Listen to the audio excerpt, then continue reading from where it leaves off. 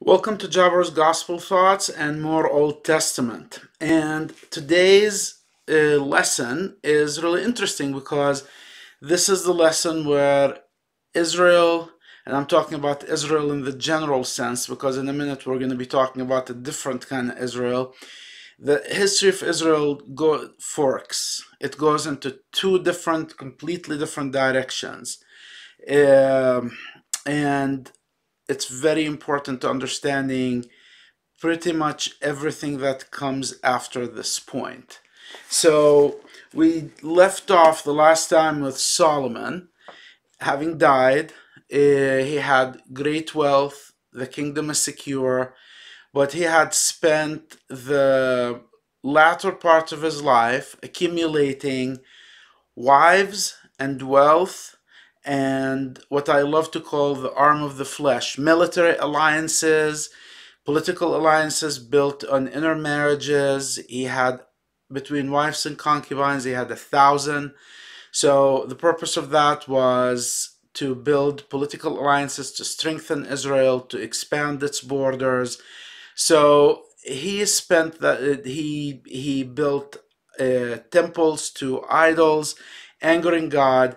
And so a part of the story was there was this guy, Jeroboam, and Ahijah the prophet basically tells him, you're going to take away 11 of the tribes, and I'm going to leave one with the son of Solomon, and who was basically a son of David. So that's where we left off. So now Rehoboam, whose name means basically someone who pleases the people or who expands the people, is the ruler, and he is the son of an Ammonite, one of Solomon's wives, who is an Ammonite. Now, Rehoboam, the story is interesting. So in chapter 12, it starts with Jeroboam,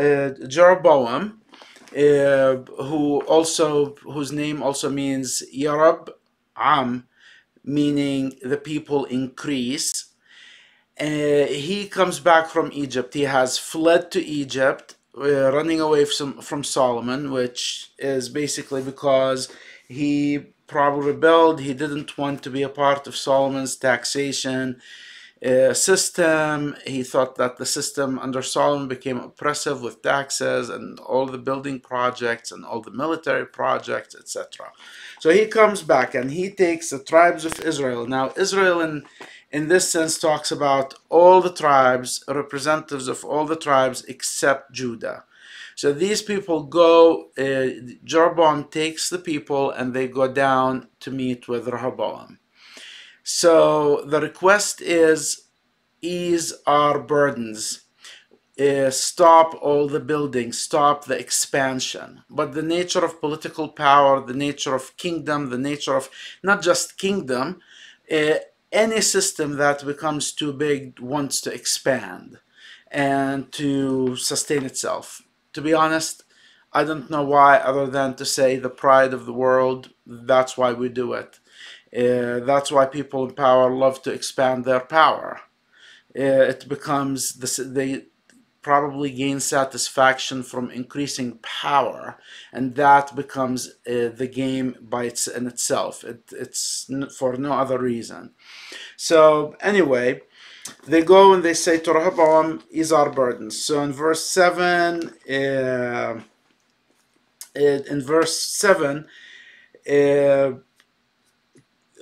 Rehoboam counsels with the people, and so he calls in the elders, and the elders in verse 7 in chapter 12 of First Kings give him a good advice. They say, be a servant unto this people this day, and will serve them and answer them and speak good words to them.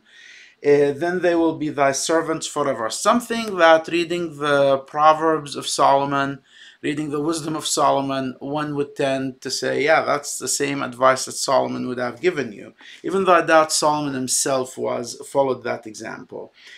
But he forsook the counsel of the old men. He forsook the counsel of the people he perceived probably to be old men. There is this intergenerational struggle here. And he counseled the young men. And the young men basically told him, you go back to the people and you tell them, my little finger shall be thicker than my father's loins. This is strange language. What does it mean? The little finger, this, is what people use to clean their ears.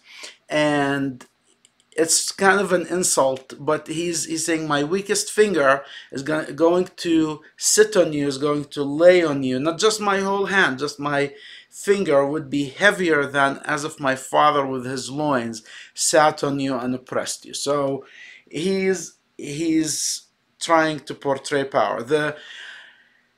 The advice of the young men basically is, these people have dared to ask you to ease their burdens. How dare they ask you, King all-powerful, to give away some of your power? How dare they ask you to be humble?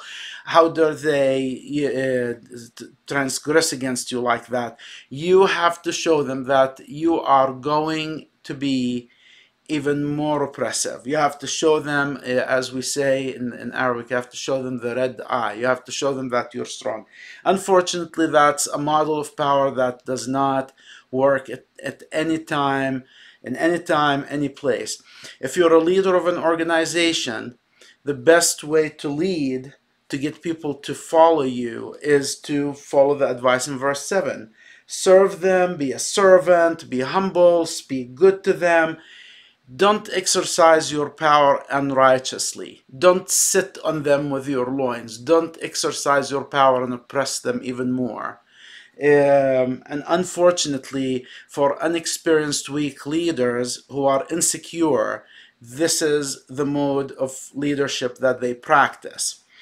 So, and Rehoboam does that. So, what we need to understand about this alliance in Israel so far, everyone talks about it as if Israel at the time was like this one big country kingdom that is united behind one purpose.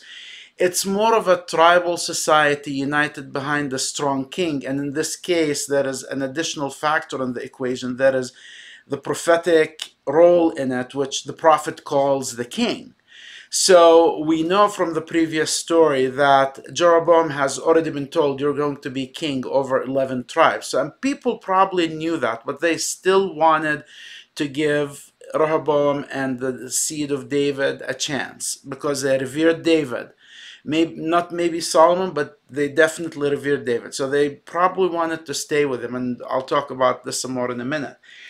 But now with this answer, and as is revealed in verse 16, they say, and so when all Israel saw that the king hearkened not unto them, the people answered the king, saying, what portion have we in David? Neither have we inheritance in the son of Jesse. To your tents, O Israel, now see to thine own house. David, so Israel departed unto their tents. What does that mean? That means, that's it. Our alliance is broken with you. So you, Rehoboam, might have through Solomon, your father, through David, all of these alliances, through the concubines, through the wives. You have all of these alliances, but they are not, we, the 11 tribes, we are separating from you.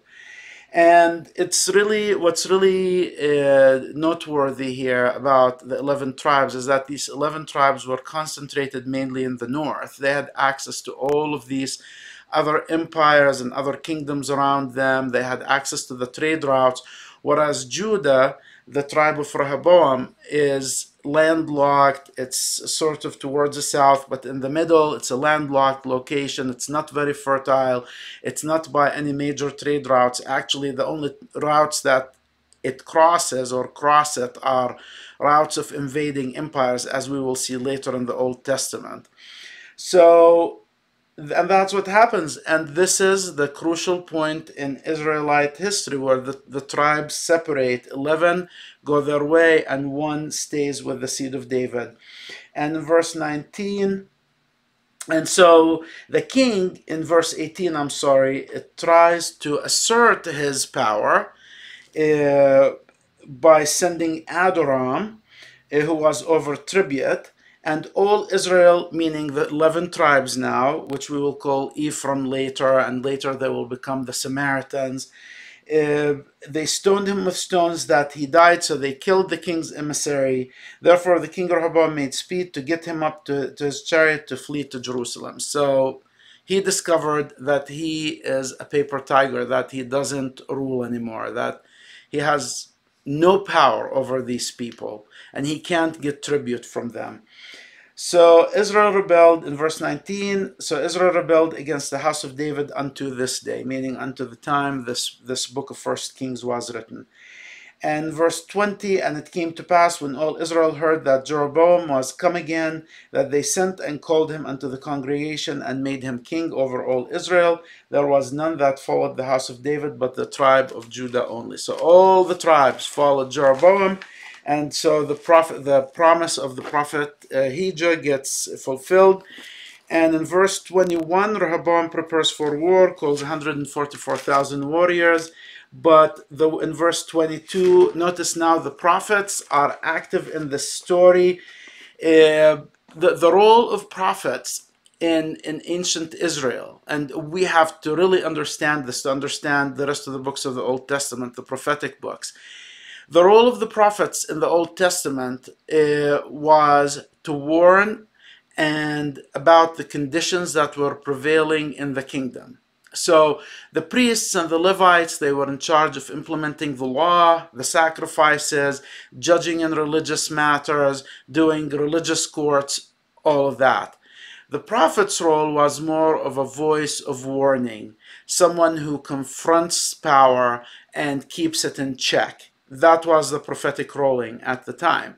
And so a prophet comes to Rehoboam. His name is Shemaiah, and Shem is from listen, and Yah, Jehovah. So he listens to Jehovah. That's what his name means. Shemaiah, the man of God, saying, speak unto Rehoboam, the son of Solomon, king of Judah, and unto all the house of Judah and Benjamin, and to the remnant of the people, saying, thus saith the Lord, ye shall not go up nor fight against your brethren, the children of Israel.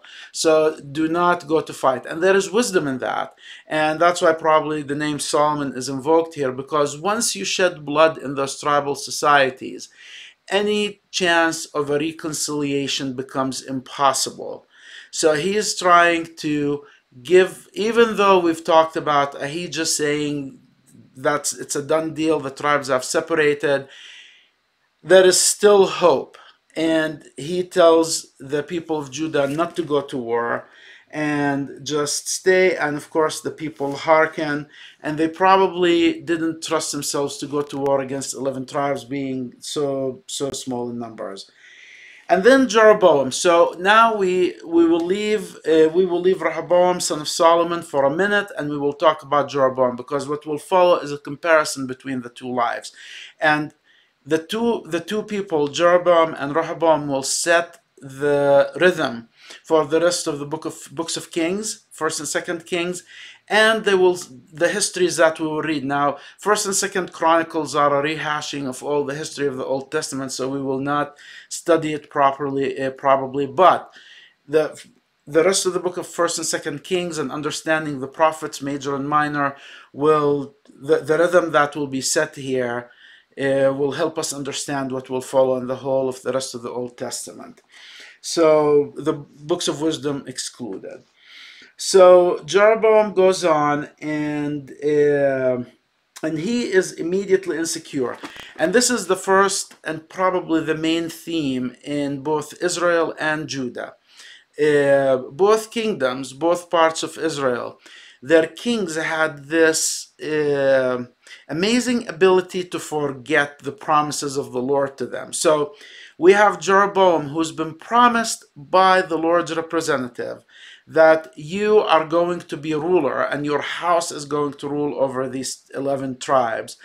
But he, here in 1 Kings 12, he immediately is insecure. In verse 26, and Jeroboam said in his heart, now shall the kingdom return to the house of David, because so he built Shechem and Mount Ephraim and dwelt therein, and went out from thence and built Penuel. So he starts by building cities, and then he says, I'm worried that these people will go back to the son of David, because the house of David, because they revered the house of David. Maybe I'm not a good enough leader. And he starts doubting himself. That phrase has a whole bunch of self-doubt packed into it. And so what does he do? He says, his reasoning, verse 27, if people go up to do sacrifice in the house of the Lord at Jerusalem, then shall the heart of this people turn again unto their Lord, even unto Rehoboam, king of Judah, and they shall kill me and go again to Rehoboam, king of Judah. So the temple remained in Judah, the priests remained in Judah, all the religious power remained in Judah, and he worried that these people are going, I mean, they are with me now, but they're going to start going back to Judah to do sacrifices, to meet with the priests, to meet with the Levites, to meet with the high priest. So their heart will turn again to the house of David, and it will be easy to get them back. He totally forgot that the Lord, through Ahijah, promised him that he will be the king and his dynasty will rule over Israel after him. So he does the most awful thing, and the name Jeroboam and the rest of the history of Israel goes down like every one of the kings of Israel, as in the 11 tribes Israel, Ephraim. They will always be attributed, their wickedness will be attributed to Jeroboam. All of them. The sin of Jeroboam. First, he builds, in verse 29, he builds 2 temples in Bethel and in Dan. And not only 2 temples, in verse 28, he made 2 calves of gold. The sin that God hated so much with Israel during the days of Moses was building golden calves, was building a golden calf. He caused them to stray in the wilderness for 40 years. Now, why is he doing 2 golden calves? Because he probably didn't have the same resources that the kingdom of Judah had to build massive, big temple structures like Solomon did. But he knew that the worship of Baal was lucrative, was powerful. They are in the north, close to where the worship of Baal was centered. So he builds 2 golden calves. He puts one in the north and one in the south, close to Judah, hoping that he would attract people from the kingdom of Judah. And of course, that in verse 30, and this thing became a sin, for the people went to worship before the one, even unto Dan. And he made an house of high places. So we hear a lot about these high places. There are places for the worship of Baal. And then he establishes his own priestly class who are not the sons of Levi. And then the feasts. The feasts are very important in Jewish life. They are extremely important. The calendar, the feasts, whether it's Passover, whether it's Yom Kippur, whether it's Sukkah, whatever feast. These are big events and big ways for the priestly class to control the people or to work with the people. Maybe not control, but really that's how they kept their hold on the people, through the feast. So he establishes his own feasts that compete with the Jewish feasts, and he offers sacrifices on the altar. And verse 33 of chapter 12, he offered upon the altar which he made in Bethel the 15th day of the 18 months, even the month which he had devised in his own heart. Notice the wording, devised in his own heart, and ordained a feast unto the children of Israel, and he offered upon the altar and burnt incense. So there you go. Jeroboam is completely off the rails. He's in the wild. He has gone off the reservation. So chapter 13, a man of God comes out. Remember, these people, the prophets, the men of God, they come out to warn. They are voices of warning. They confront the political leaders. They tell them about what's wrong. Sometimes I wish we did that in these modern days, but our prophets choose a different way. But he cried against the altar and the word of the Lord. So this prophet goes to the altar, and he speaks to the altar mockingly. O altar, altar, thus saith the Lord, behold, a child shall be born into the house of David, Josiah by name. And we will hear a lot about King Josiah later on. Josiah by name, And upon thee shall he offer the priests of the high places that burn incense upon thee, and men's bones shall be burnt upon thee. And he gave a sign the same day, saying, This is the sign which the Lord hath spoken. Behold, the altar shall be rent, and the ashes that are upon it shall be poured out. And so Jeroboam in verse 4 hears that. He stretches his hand to accuse him, to curse him, to order people to come against him, and his hand dries up. In verse 4, the hand of Jeroboam dries up, and the altar was rent. In verse 5, and the king now in verse 6 is asking for forgiveness. He's asking that his hand be restored. So it shows you the mercy of the Lord. The prophet restores the hand of Jeroboam.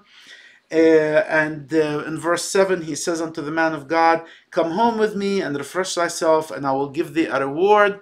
Of course, he's trying to take him, appease him, maybe trying to win him over. But the prophet, the man of God, says to him in verse 9, For so, he says, No, I will not do it. I will not drink or eat bread in this place, because when in Jewish custom, you cannot touch anything that's unclean.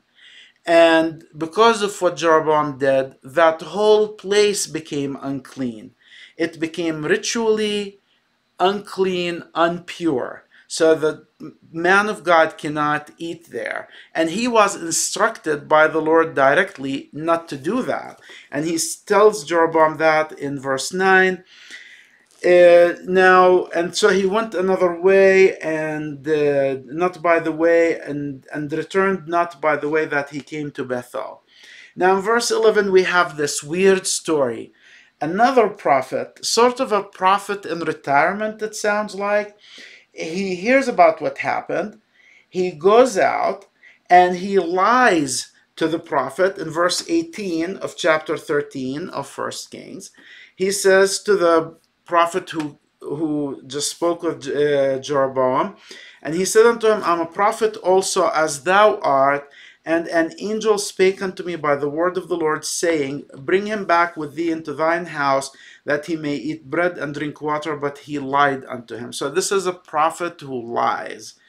And this is where the first prophet, prophet 1, made a mistake.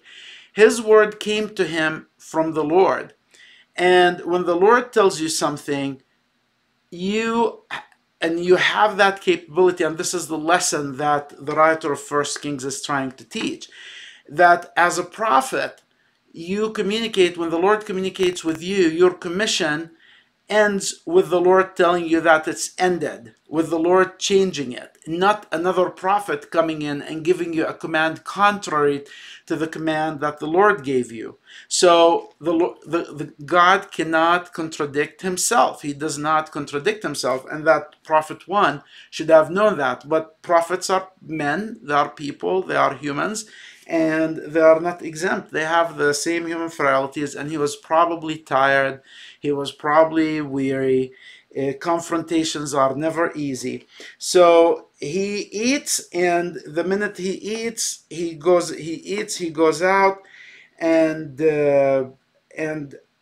as he's gone, a lion met him by the way in verse 24 and slew him, and his carcass was cast in the way, and his ass, his donkey, stood by it. The lion also stood by the carcass, sort of as witnesses, a lion and an ass. And behold, men passed by and saw the carcass cast in the way, and the lion standing by the carcass. So they go, they tell prophet 2, the lying prophet, and he goes out and he takes the carcass of the man of God, and he gives the following instructions. And he laid this carcass in his own grave. So he puts every Jewish man, they have a family plot, they have a family location. And he said to his children, he buried this guy in his own plot, and he spake to his sons, and saying, When I'm dead, then bury me in the sepulchre wherein the man of God is buried. Lay my bones beside his bones, for the saying which he cried by the word of the Lord against the altar in Bethel, and against all the houses of the high places which are in the cities of Samaria, shall utterly come to pass. And after this thing, Jeroboam returned not from his evil way. So the prophet 2 confirms that that first person is a prophet. And it is a weird story, because prophet 2 sounds like he did this, he lied to test prophet 1 to see if he was really a prophet from God or not. And but it is a weird story, and culturally I don't understand it well, but that's based on what I know, based on commentaries and Jewish commentaries that I've heard. That's what they learned from it. So Jeroboam, after all of this, he has not returned and from his evil way, but made again of the lowest of the people priests. So notice the language here. He made again of the lowest of the people. So if you're not from the tribe of Levi, you're Am Haaretz. This is means a person of the people. You're just a public person. You're a normal person. You're not someone who's worthy to be a priest. And it is kind of a, I wouldn't say a classist way of looking at it, but they had specific requirements for priests. And so he consecrated these people and became one of the priests of the high places. And this thing became a sin unto the house of Jeroboam, even to cut it off and to destroy it from off the face of the earth. This is it. So this is sort of an introduction. It tells you exactly what's going to happen at the end. Everything else is going to be detail and minutia, and we're going to talk about it later. Now, so this is Jeroboam. Now we're going to return. Well, before we return, oh my goodness. So Ahijah goes back. Ahijah shows up again. Now in chapter 14 of 1 Kings, Jeroboam's son is sick. And Jeroboam, this is something that's always interested me about people who lose the light of God, who lose the light of the gospel. The thinking becomes confused, and I have personal experiences with people who are close to me, and who have just left the church, left the gospel. And it's amazing how fast someone can forget the teachings of the gospel and the basics and the nature of God and all of these things. Probably not all, but that's been my personal experience. There is a light that goes away, the light of understanding that goes away, the light of logic that the gospel gives you. And we'll see this in this story, because Jeroboam sends his wife and he says, go in disguise as some other woman, and go ask Abijah the prophet to perform a miracle, heal my son. He's his heir apparently. And but the Lord warns Abijah of what's going to happen, and he hears the sound of her feet coming, and he tells her when she comes in, why are you come disguised? As if I mean, granted, in those days, probably Jeroboam thought Abijah isn't going to know that this is my wife. They didn't have, the queen wasn't a public person. There was no newspapers or pictures where you can see. So it was probably easy for someone to claim to be someone else. But still, you're dealing with a prophet. You're dealing with a prophet who speaks to God, who told you that you're going to be king. It happened. So I don't know what he was doing here. He forgot. And he says, why feignest thou, in verse 6 of chapter 14, why feignest thou, wife of Jeroboam, why feignest thou thyself to be another, for I am sent to thee with heavy tidings. He basically tells her, I have bad news for you. Therefore, in verse 10, therefore behold, so in verse 9, he tells her about the sins of Jeroboam, which we've talked about ad nauseam. And he says, therefore, behold, I will bring evil upon the house of Jeroboam, and will cut off from Jeroboam him that pisseth against the wall. This has always been a curious phrase to me. Pisseth against the wall, basically referring to the male member, meaning that I will not give Jeroboam any male heirs. That's it. That's the end of the line for him. No one will remember him. And him that is shut up and left in Israel, and will take away the remnant of the house of Jeroboam, as a man taketh away dung till it be all gone. In our modern speech, I will flush him down the toilet. Period. That's it.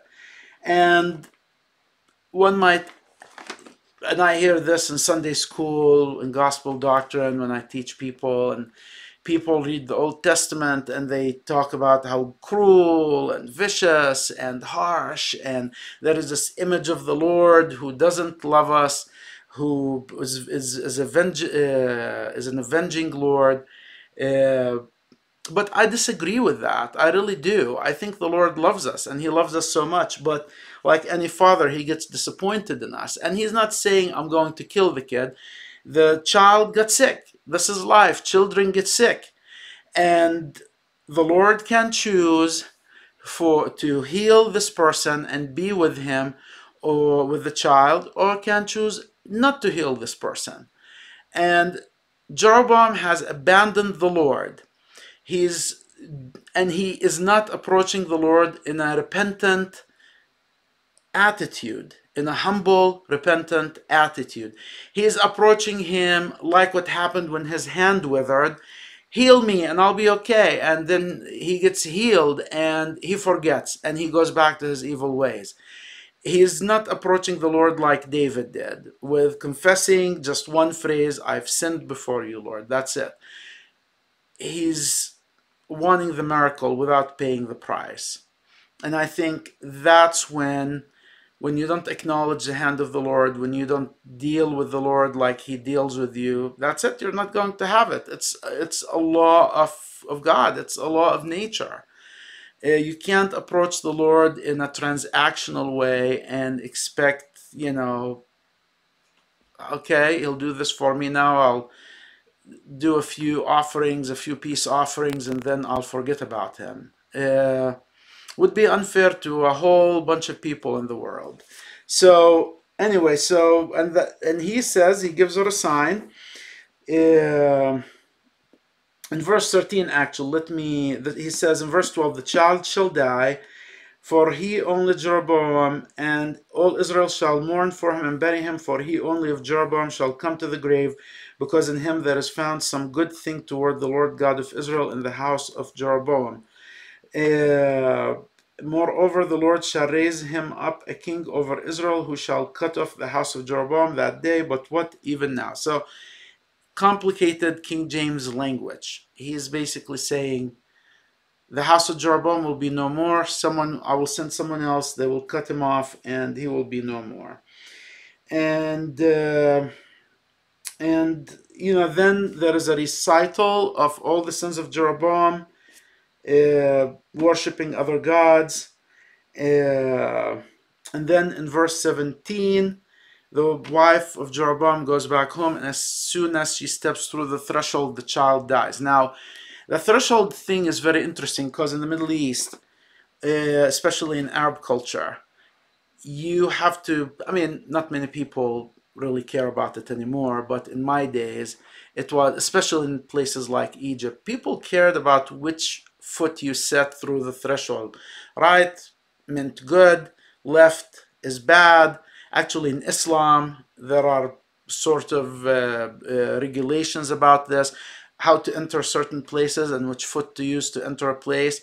And so here she enters, she steps through the threshold, and once she steps through the threshold, the child dies, as Abijah prophesied. And the days when Jeroboam reigned were 22 years. So in verse 20, Jeroboam dies, and Nadab, his son, reigned in his stead. And of course, they mention here, and Rehoboam, okay. So verse 20 in chapter 14 is where the story of Jeroboam ends, and we pick up with Rehoboam again. Verse 21, they mention his mother was an Ammonite, one of Solomon's many wives. Probably one of the sons that Solomon didn't get to spend a lot of time with, because Solomon was busy building palaces and cities and armies and alliances and negotiating for wives and all that sort of stuff. And in verse 22, we get the summary. And Judah did evil in the sight of the Lord, and they provoked him to jealousy with their sins, which they had committed above all that their fathers had done. The squandering of David's legacy is complete. So in verse 23, they worshipped, built high places, images and groves. This is the goddess Ashtar, or Ashtar. In Arabic we say Ashtar, or Ishtar in English. And they built high places, high hills, and there were sodomites, which the note in the LDS version of the King edition of the King James Version says male prostitutes, devotees of idolatrous paganistic fertility worship. And they did according to all the abominations of the nations which the Lord cast out before the children of Israel. So they are not also doing too well there. They are provoking the Lord. And in verse 26, Solomon's legacy is now in tatters and it came to pass in the 5th year of King Rehoboam that Shishka, king of Egypt, came up against Jerusalem. And if you remember, all the gold and silver, and Solomon made gold and silver the price of dirt, or silver, he made silver kesef the price of dirt. Now the king of Egypt comes in and takes away the treasures of the house of the Lord and the treasures of the king's house, and even took away all. And he took away all the shields of gold which Solomon had made, which is symbolic. He took the shields. The Lord should have been the shield that Solomon and his house used, but they relied on shields of gold. And King Rehoboam made in their stead. Of course, Rehoboam has pride. He doesn't want that to disappear.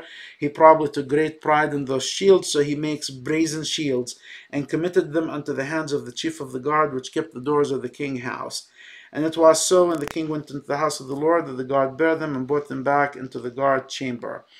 Now the rest of the acts of Rehoboam and all that he did, are they not written in the book of Chronicles of the kings of Judah? So there you go. And that's Rehoboam, and he, in verse 31, he slept with his fathers, was buried with his fathers in the city of David.